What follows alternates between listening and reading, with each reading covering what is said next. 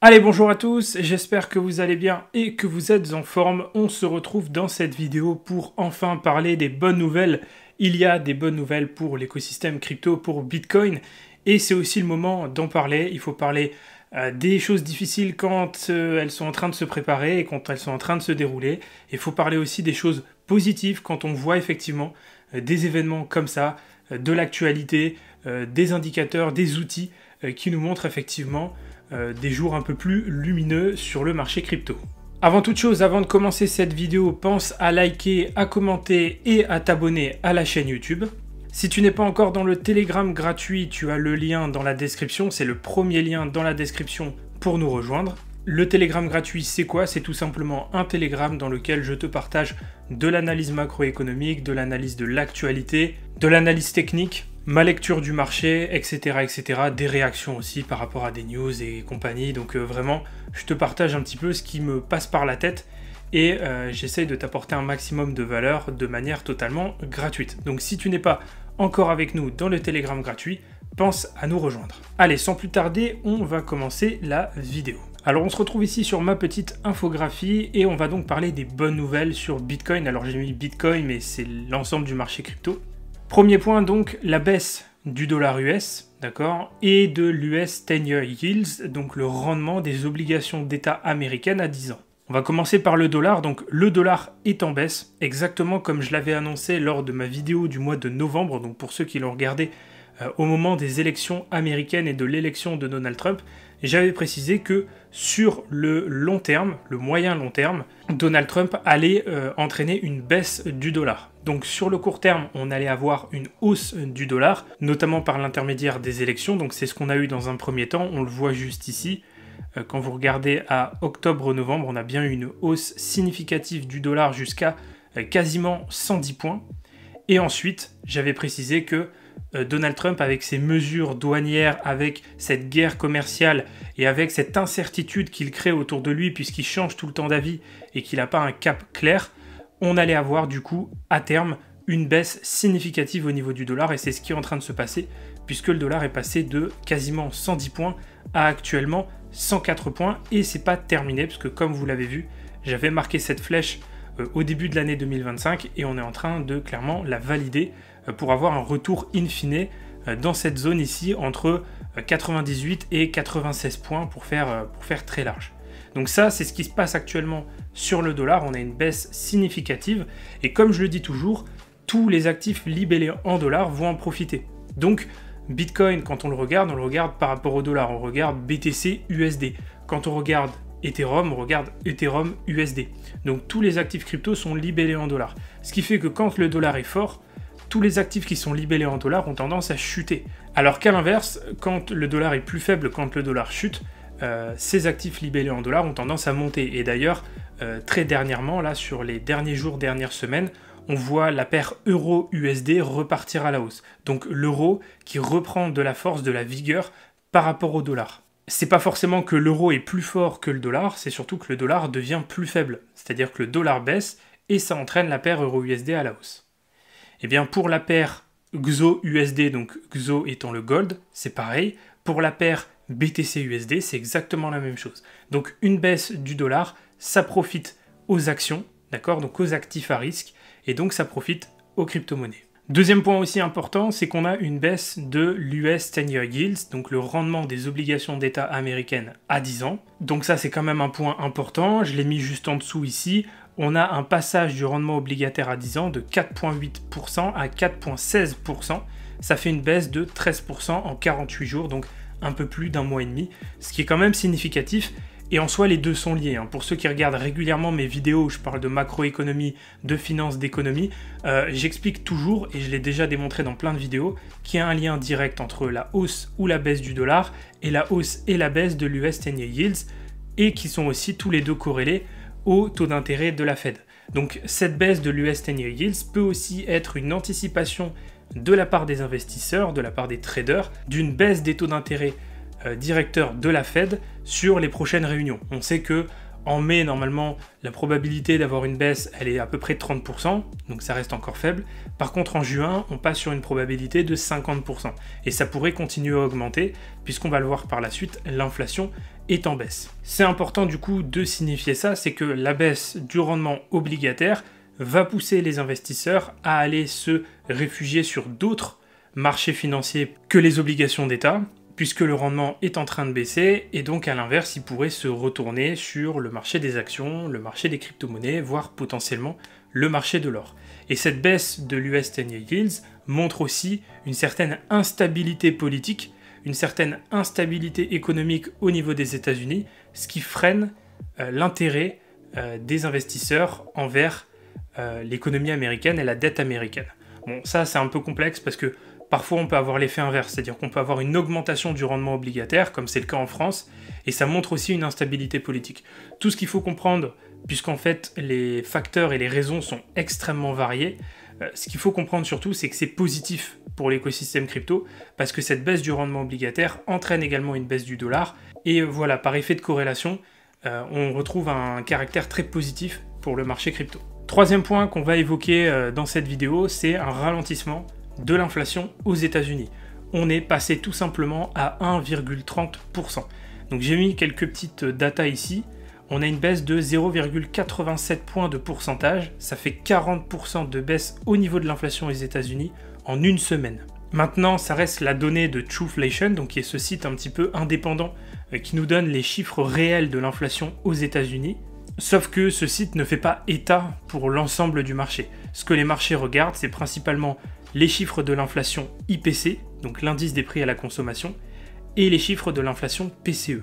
Et donc ça, c'est des chiffres qui vont sortir prochainement et qu'on va devoir du coup surveiller puisqu'on cherche à avoir exactement le même comportement. On veut aussi une baisse de l'inflation sur les chiffres de l'IPC et une baisse de l'inflation sur les chiffres du PCE. Si c'est le cas, ça pourrait justement pousser la Fed à baisser les taux d'intérêt directeur beaucoup plus rapidement puisque l'inflation deviendrait beaucoup plus sous contrôle et un retour de l'inflation à la baisse ramènerait l'inflation vers l'objectif des 2% de la Fed, ce qui la pousserait à de nouveau baisser les taux de manière un peu plus rapide et un peu plus agressive. Parce que c'est vrai que pour l'instant, on est sur un statu quo où les taux ne bougent pas et c'est ça aussi qui freine le marché, qui pénalise les actifs à risque et donc à terme, c'est pas forcément bon signe. Donc voilà, le retour de l'inflation à la baisse, ça c'est évidemment aussi une très bonne nouvelle pour le marché crypto. Pour ceux qui veulent une petite explication de pourquoi on a une baisse significative au niveau de l'inflation sur le site Trueflation, déjà dans un premier temps, on a une stabilisation sur les coûts de transport, d'accord, donc le prix des carburants, les coûts d'expédition, les dépenses logistiques, tout ça est en train de baisser, en tout cas de se stabiliser, donc on a une réduction au niveau de l'inflation dans ce secteur. On a aussi une baisse des prix au niveau des services publics, notamment les marchés de l'énergie qui sont devenus beaucoup plus stables, et on a un ralentissement de la hausse des coûts de l'électricité et du gaz. Donc ça forcément, ça contribue encore une fois à créer un ralentissement de l'inflation. Il y a aussi eu des ajustements au niveau du marché du logement, d'accord, la hausse des loyers est beaucoup plus faible, et les coûts liés au logement augmentent plus au même rythme. Et puis, il y a aussi eu un ajustement au niveau du comportement des consommateurs américains, puisque la hausse des taux d'intérêt, donc qui date maintenant d'un petit moment, mais on en voit encore toujours les effets maintenant, contribue justement à ralentir la demande. Donc cette hausse quand même a eu un impact au niveau de la demande des consommateurs américains, et ça a réduit la pression sur les prix. Bon, ça se ressent beaucoup moins maintenant, puisque les taux ont déjà rebaissé depuis. Et puis ça fait un moment que cette hausse des taux a eu lieu, donc c'est pas l'impact le plus important aujourd'hui, c'est plutôt tous les points que j'ai cités précédemment. Mais on voit qu'il y a un enchevêtrement de plusieurs points qui contribuent justement à cette baisse au niveau de l'inflation. Donc voilà pour vous donner un petit peu les caractéristiques et le détail de cette baisse quand même significative, parce que 40% en une semaine, c'est quand même pas rien. Voilà, donc maintenant que je vous ai donné un petit peu les bonnes nouvelles, ça fait quand même 3 bonnes nouvelles consécutives, donc ça fait plaisir et ça redonne du baume au cœur et ça redistribue aussi de l'énergie pour la suite de cette année crypto. Maintenant, on va aller voir ce que ça donne au niveau de l'échelle logarithmique de Bitcoin et je vais vous montrer pourquoi le bullrun n'est pas terminé et pourquoi le bullrun va continuer. En tout cas, le bullrun de Bitcoin et qui va suivre avec le bullrun de l'ensemble de l'écosystème crypto, et vous allez voir qu'on est loin d'être à la fin de tout ça. Donc on se retrouve ici sur le site Into the Cryptoverse, et on va du coup parler de la crypto market cap, donc de l'ensemble de la crypto market cap, en vision logarithmique. Donc ici, on a bien la market cap en analyse logarithmique, en échelle logarithmique. On a une upper bands et une lower bands, donc lower en bas, upper en haut. Donc c'est des bandes qui tracent le pourtour de l'évolution de la market cap, de la total market cap. Donc on a une bande basse et une bande haute. Et on a aussi ici un niveau de fair value, donc c'est un niveau d'équilibre, qu'on pourrait clairement traduire par la valeur réelle. Donc voilà, la valeur réelle, la valeur concrète de la crypto market cap. Et ce qu'il faut voir et ce qui est intéressant, c'est que sur tous les cycles jusqu'à maintenant, donc le cycle de 2013-2014, 2017-2018, 2020-2021, on a toujours eu une explosion des altcoins et une altcoin season quand on a passé ce niveau du fair value, donc cette valeur réelle. Vous voyez ici, aux alentours de mai 2017, on casse cette valeur réelle, donc ce trait rouge, bim, on a une explosion au niveau de la crypto market cap et donc de la valorisation des altcoins. Pareil ici, aux alentours de octobre-novembre 2020, et c'était la même chose également ici, aux alentours de février-mars 2013. Donc à chaque fois, si je peux vous zoomer sur le moment, à chaque fois, vous voyez, on franchit cette ligne et là, on a une accélération directe de la market cap crypto, donc la total market cap crypto, et on enchaîne du coup sur une valorisation, une altcoin season, donc une valorisation globale des altcoins. Sauf que on a très souvent des fausses cassures. Si on regarde par exemple ici, sur cette période-là en 2012-2013, vous voyez que on a ici une fausse cassure, ici on casse, donc on passe en survalorisation et on réintègre en dessous pour repasser en sous-valorisation.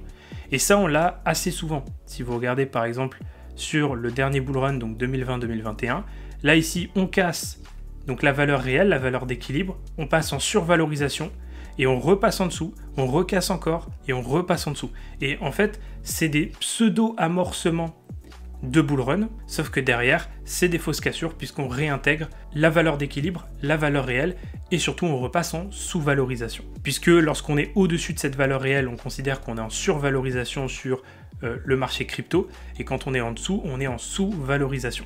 Et vous voyez ici que sur le cycle actuel, on n'est pas du tout encore passé durablement au-dessus. On a eu une fausse cassure ici en mars-avril 2024, on a encore eu une fausse cassure ici en mai-juin 2024, et on a eu une fausse cassure ici en fin 2024, début 2025. Mais aujourd'hui, on est toujours en sous-valorisation. On est en dessous de cette valeur réelle, de cette valeur d'équilibre. Ce qui nous montre que on a un cycle qui correspond plutôt pas mal avec ce qu'on avait ici en 2013. Vous voyez, c'est un peu la même chose. On casse une première fois, on réintègre, on casse une deuxième fois, on réintègre, avant derrière d'avoir la grosse explosion et la grosse valorisation. C'était un peu similaire ici en 2017-2018, sauf qu'on n'a pas eu de cassure, on est resté en sous-valorisation avant de sortir clairement de cette valeur d'équilibre et d'exploser vers l'upper bands ici, donc la bande haute. Donc la conjecture et la conclusion qu'on peut en faire, c'est que on n'a pas encore vu la phase parabolique et impulsive de ce cycle, qui est la dernière, parce qu'à chaque fois vous voyez que on a cette sortie de la valeur réelle, de la valeur moyenne, derrière on a des grosses corrections qui se mettent en place et on rentre en bear market. Regardez ici, on vient toucher l'upper bands, on passe en bear market. Ici pareil, on passe en bear market. Donc on n'a pas encore eu cette dernière phase extrêmement impulsive de survalorisation totalement folle. Et vous voyez qu'actuellement on est en undervaluation, donc on est en sous-valorisation de 17,56%. D'accord, donc c'est un niveau aussi qui est intéressant et qui nous montre que c'est le bon moment aussi pour moi de recharger sur les crypto-monnaies. Toutes ces phases comme ça de sous-valorisation, vous voyez ici, on était vraiment en sous-valorisation, là c'était pareil. Donc voilà, effectivement, c'est dans ce genre de moment qu'il faut réaccumuler et pas quand on est en survalorisation de 40, 50, 60%. Là, évidemment, c'est beaucoup trop tard, le marché est déjà parti. Mais bon, c'est pas le propos c'est surtout de dire qu'on n'a pas encore eu cette dernière grosse phase impulsive, qu'elle va venir, d'accord ? Et que ce qui se passe actuellement est tout à fait normal, puisqu'on a déjà eu le cas en 2012-2013, où on a eu plusieurs fois cette fausse cassure de la valeur réelle, de la valeur moyenne, avant d'avoir la vraie cassure par la suite. Donc rien de bizarre, rien d'inattendu. On respecte encore et toujours le cycle, la logique de l'évolution d'un cycle. C'est juste qu'effectivement, sur la durée, celui-ci est un peu plus long. Même si, regardez, on compare en 2014 jusqu'à 2017, on a eu une longue phase ici de sous-valorisation du marché crypto. Par contre, là où ça va devenir intéressant, c'est quand on va passer durablement au-dessus de cette valeur réelle, cette valeur moyenne, et où on va avoir justement cette dernière patte haussière, cette dernière vague haussière, pour créer du coup cette grosse survalorisation du marché. Et après, in fine, on aura certainement une énorme correction, qu'on peut aussi appeler un bear market, et qu'on appelle souvent d'ailleurs un bear market dans le marché crypto. Donc voilà, ça c'est une petite mise en perspective qui permet aussi d'apporter du positif et des good vibes par rapport à ce que je vous ai évoqué précédemment avec les bonnes nouvelles. On n'a clairement aucune raison de paniquer, d'accord? On n'est pas en train d'aller chercher la borne basse ici avec une sous-valorisation de 60-70%, des trucs complètement hallucinants. On est seulement sur une sous-valorisation de 17,56%. On est très proche de la valeur réelle et de la valeur d'équilibre, donc il n'y a pas de quoi paniquer. Et tout ce qu'on doit faire maintenant, c'est être patient et attendre justement cette dernière patte haussière pour aller chercher la fameuse survalorisation du marché crypto qu'on attend tous. Voilà, je crois que je vais m'arrêter ici pour cette vidéo. Je crois que j'ai tout dit et que j'ai présenté l'ensemble des choses que je voulais vous présenter dans celle-ci. J'espère que ça vous aura plu. Si c'est le cas, n'hésitez pas à me mettre un like, un commentaire et à vous abonner à la chaîne YouTube. Pour ceux qui souhaitent me rejoindre sur mes réseaux sociaux, vous avez tout dans la description, que ce soit TikTok, Instagram, le Telegram gratuit, etc. N'hésitez pas à regarder la description si ça vous intéresse. Si vous souhaitez me rejoindre sur mes programmes, que ce soit Profit Illimité ou CryptoPump, vous avez aussi tous les liens dans la description de la vidéo. Si vous souhaitez prendre un coaching avec moi pour découvrir par exemple ce type d'outils ou pour que je vous partage ma stratégie de trading ou même tout simplement pour développer vos connaissances dans l'analyse en crypto, n'hésitez pas, vous avez un lien dans la description de la vidéo pour réserver un coaching avec moi. Voilà, encore une fois, je le précise, n'oubliez pas le petit commentaire, le petit like, ça fait vraiment plaisir et ça aide au référencement. Sur ce, je crois que j'ai tout dit, je vais vous laisser ici, je vous souhaite à tous une excellente journée ou une excellente soirée, et nous, comme d'habitude, on se retrouve dans de prochaines vidéos pour de nouvelles analyses et de nouveaux partages.